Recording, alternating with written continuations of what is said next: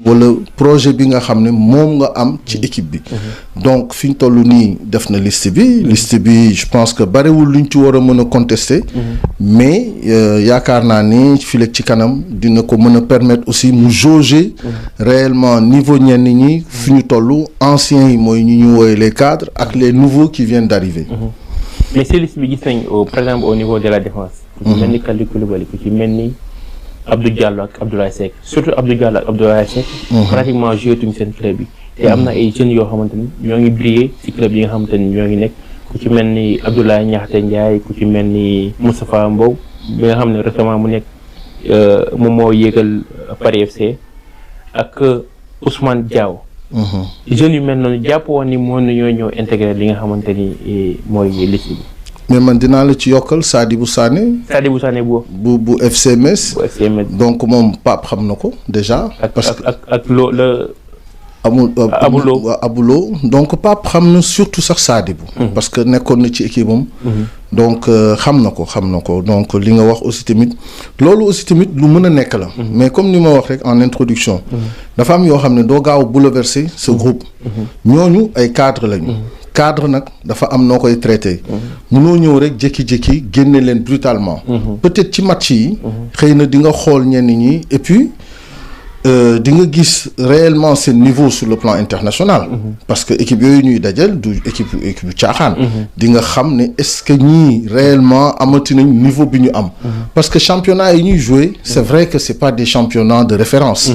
donc championnat la yoo xam ne tey vraiment bon. on va pas aller dire que c'est des championnats de seconde zone. mais terewul ne xale yi aussi tamit ñi nga xam ne ñu ngi jouer Ligue 1. di jouer Ligue des champions. nekk ci Big Five. comme ni ñu koy waxee les 5 plus grands championnats. donc je pense que aussi tamit ñooñu tamit war nañ leen mën a bàyyi xel. parce que équipe il faut nga sóoraale relève. xam nga Abdou par rapport à son âge moi j'ai trouvé qu'il est allé un peu plus tôt. au Qatar. il a ses raisons. Kalidou aussi de même. Abdoulaye Seck de même. mais c'est vrai que c'est des garçons qui frappent à la porte. et qui jouent et certains d'entre eux sont même titulaires. xam nga donc loolu tax na tey ñun suñu bopp war nañu mën a bàyyi. xel ci xale yooyu. parce que vraiment joué nañu ci yenn sélection nationale yi. dem nañu Europe. ñu ngi confirmer. je pense quand même que quelque part on doit pouvoir leur donner leur chance aussi tamit. et c'est le moment aussi. ci match amicaux yi ci préparation yi di leen woo xam nga. et puis bu na xam fan la ñu toll réellement. par exemple match amicaux la. est-ce que jàppoon ne liste moo nañu ko élargir def ko benn liste 30 jours pour may jeunes yi nga xamante ne ñoo ngi frappé à la porte ñu may leen chance ñu mën leen xool carrément lan nañu mën. mais je suis parfaitement d'accord avec toi. parce que la liste comme yeneen équipe yi ni ñu koy defee yeneen sélection yi. dañuy def liste 32. ou 30. 30 sax c'est raisonnable. parce que ça ne gêne personne. parce que dina la permettre aussi tamit nga mën a gis xale yooyu yëpp. parce que tey ñoom ñëpp dañu nar a jouer ñenn ñi ñu ngi jouer Ligue 1 française. xam nga tey à partir de ce moment nag ñooñu biñ ciy toll dañ leen woo. ñoom it buñ ci tolloo. dañ leen ubbil bunt bi. wan leen ne aussi tamit am nañ ci yéen yaakaar. te yaakaar boobu aussi tamit ci match amicaux yi la ñu mën a xam réellement leur niveau de jeu. parce que jusqu'à preuve du contraire ce qu'ils nous ont montré c'est des garçons qui sont performants. et qui sont titulaires pour la plupart dont tu as cité. et à partir de là il y a pas de raison que liste bi comme tu l'as dit. ñu mënoon ko élargir à 30 personnes parce que aussi tamit comme ñu wax ko ñàkk ko wax. la relève.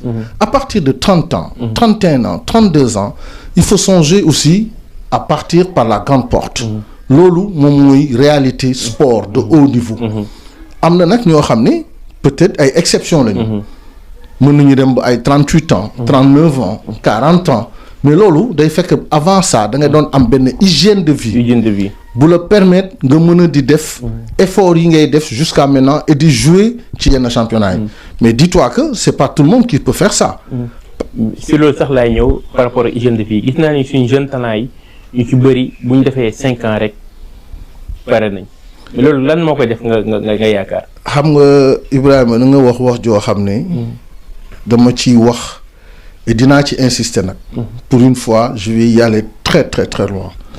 gis nga joueur professionnel. soo ko nekkee. dafay commencer ci sa entourage familial ba pare. dañuy nangu ne kii léegi dafa nekk professionnel à partir de ce moment da ngay dénk sa doom ay professionnel boo dénkee sa doom ay professionnel xale bi ci boppam nangu ne man dama war a am encadrement professionnel parce que xam nga li gën a bon gaaw a suur et que ñàkk kilifa tax ne yow kenn du la warutula wax dara que tey yaa ngi yónnee xaalis seen kër et que tey mun nga def lu la neex amoo hygiène booy takk jabar doo laajte déglootuloo seen waa kër ñu ngi lay dégg ci lu ne showbiz bi ànd ku ne nga ñëw ku ne nga àndal parce que des fois boo arrivé rek da ngay gis ku ne day ñëw burux lu bëgg a nekk sa côté te des fois joueurs yi damay wax ne dañoo xaw a am benn complexe ci yenn gars yi te ñooñu ñoo leen yaakal joueur professionnel football nekkul ci biir terrain mais c'est en dehors du terrain te joueurs yu bëri côté boobu la ñuy pêché moo tax seen longévité carrière duñ ko am. mais non li ngay wax dafa am. parce que moi j'en ai vu défiler ay joueurs. j'en ai vu défiler. et je suis dans ce milieu gis naa ñu ma mag. ñu ma magaat sax xam nga lan moo freiné seen carrière. xam nga lan moo ko sax brisé à la limite. parce que gis nga dafa am lu mag ñi di wax. soxna. dañ koy tànn. waajur. dafa war a nekk waajur. am autorité ci doomam. mais du alal mooy jiite relation bi. ça c'est vrai. relation bi du ci alal lañ ko war a tënk. du parce que yaa ngi yónnee benn 1500 euros par mois. di ko jox sa papa pour kër gi wala 2000 euros yaa xam mais nañu nangu ne xale bi dafa war a am kilifa. gis nga nit boo nekkee ci àdduna te amoo kilifa mbedd mi mooy nekk si kilifa. te bu boobaa tu n'auras que tes yeux pour pleurer. bul mere kenn.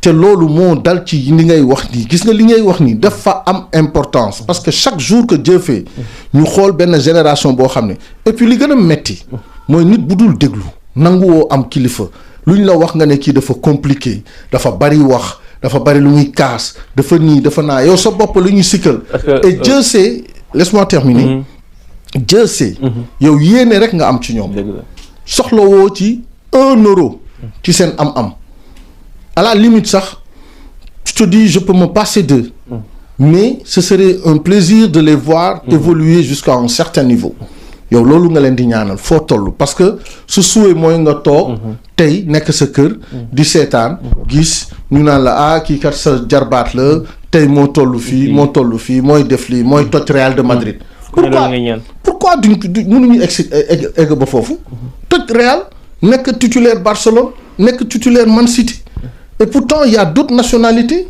yoo xam ne ñu ngi fay yegg di ko réussir joueurs français yi nga xam ne ñenn ñi ñoo bokk niveau bi ñuy démarrer tey boo gisee ñu ngay jouer Real moo leen di xëccoo Barça wala yu kenn xamul loo xam ne tey da nga naan tey ñii ñoom ñoo fa toll ñoo fa nekk ñoom ñoo leen di toppatoo mais ça c'est la réalité du football et nit da ngay am encadrement bu professionnel nag encadrement professionnel te gis nga encadrement wu léegi football moderne dootul rek affaire u nekk benn agent bi xam nga lan lay négocier ak club bi bu weesoo loolu da nga war a am koo xam ni tey dafa war a nekk préparateur physique individuel surtout loolu noonu surtout aspect boobu noonu da nga war a am un nutritionniste koo xam ne dafay seet li ngay lekk li ngay naan est-ce que tu as le temps de récupération nécessaire par rapport à tes entraînements yi nga xam ne yaa ngi koy def et ça c'est un staff du benn nit rek nit ki war na xool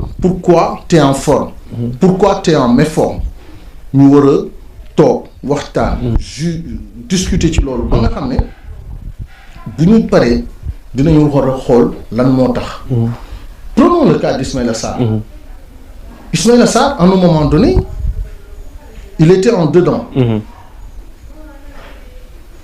mu jékki-jékki daal di commencer waat remonter à la surface mais qu'est-ce qu'il a fait il est allé voir un préparateur physique il est allé même voir son entraîneur pour lui dire de lui apporter le plus qu'il faut et il a eu cette humilité-là il se dit que il a énormément de qualité et pourtant il n'avance plus comme il devait et donc il a eu cette humilité-là il est allé voir son coach il lui a parlé le coach aussi il l'a pris individuellement il a travaillé avec lui et en plus de ça dans son entourage Donc ça, Idrissa Faye, il le savait, c'est un de ses conseillers. Il lui a pris un coach qui lui corrige ses matchs.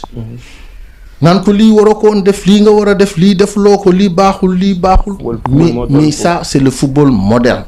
football moo toll foofu. gis nañu même pas Matar Sarr loolu la def. mais gis nga boo ko ci defulee. da ngay nax sa bopp. parce que booy en réalité parfois dañuy gaaw a doylu te au niveau. dafa laaj ay exigences. exigence yu mu laaj. du ay bling bling. gis nga européens ñoom ils sont exigeants en eux-mêmes. et seen entourage familial dafa am exigence yu mu war. même temps que yaa ngi wax côté nutritionniste préparer physique mais sa personal branding sa image de marque jour bi da nga ko war a gérer. da nga warul ku la ko gérer côté marketing.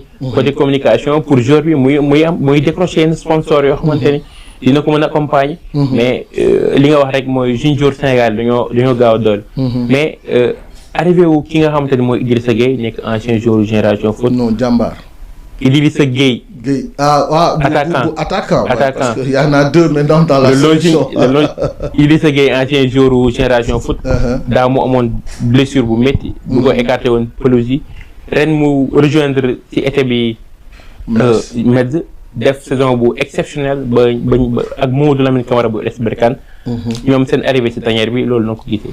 waaw mais loolu lu baax la mooy c'est une suite logique. parce que boo defee fii ay performances. ba yàlla def nga mën a dem bitim réew. monnayer sa talent. à un moment donné. carrière dafay am lu mu laaj. donc da ngay am benn niveau boo xam ne bëgg nga fa toll. mais li la fay mën a yóbbu aussi tamit. dafay laaj nga mën a rigoureux dans le travail. exigeant en toi-même. et sérieux. xam nga parce que soo ko defulee tu passes à côté. honnêtement ça amul loo mënti nekk phénomène. bu fekkee ne tu n'es pas exigeant en toi-même. tu n'es pas rigoureux dans le travail. tu n'es pas discipliné. yooyu tu passes à côté. Tu passes complètement à côté. Et ça, je pense que Idrissa, il l'a compris. Moi, j'ai eu la chance de lui parler de temps en temps. Mais ce sont ces mêmes mots que je lui répète. Mamadou Lamine Camara, moi, je ne l'ai pas vraiment connu, mais je le suis en équipe nationale, comme au RS Berkane, parce que c'est un club qu'on a connu. Qu'on a connu dans le passé. On a joué avec eux, qu'on avait battu ici à Dakar, 3-1. Et après, ils nous ont éliminés 2-0. Donc, c'est une équipe qui est en progression permanente. On a mis des moyens dans cette équipe-là. Et aujourd'hui, quand tu vois Mamadou Lamine Camara évoluer dans cette équipe-là, tu te dis, vraiment, c'est un plaisir. C'est un garçon qui joue bien, qui est talentueux, qui est sérieux et qui est constant.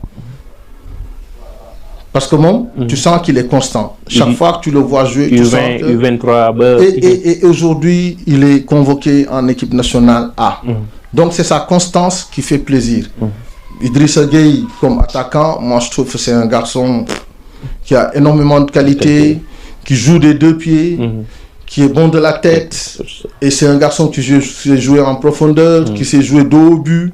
Tu vois, il a des qualités d'attaquant réel. De vrais attaquants. Parce qu'un attaquant qui sait frapper des deux pieds, ça c'est rare. C'est pas donné à tout le monde. Et tu dis ça par moment, tu te poses même la question, est-ce que c'est un gaucher ou un droitier? Moi je l'ai vu à Génération Foot, mais à un moment donné, je me disais que ce garçon-là, il est promis en bel avenir. Parce qu'il a des qualités d'un attaquant. Et il sait se battre aussi quand il faut. Et ça, ce sont des qualités pour un attaquant où, par exemple, tu te dis, celui-là, tu peux au moins compter sur lui parce que déjà, ne serait-ce qu'avec le bout de saison qu'il a fait, aujourd'hui il y a des clubs en Angleterre qui sont derrière, qui font une offre, voilà, pour le gamin. Et c'est tout un plaisir de voir ce garçon-là à ce niveau. Actuellement, il y a beaucoup de jeunes joueurs qui frappent à la porte de l'équipe nationale du Sénégal. Est-ce que la fédération sénégalaise de football, si fenêtre FIFA yi warul organiser par exemple ay matchs amicaux pour suñu équipe nationale U23 pour ñu préparer li nga xamante ni mooy relève comme que ñëpp ñoo équipe nationale A. yéen ñi ñoo ci équipe nationale U23.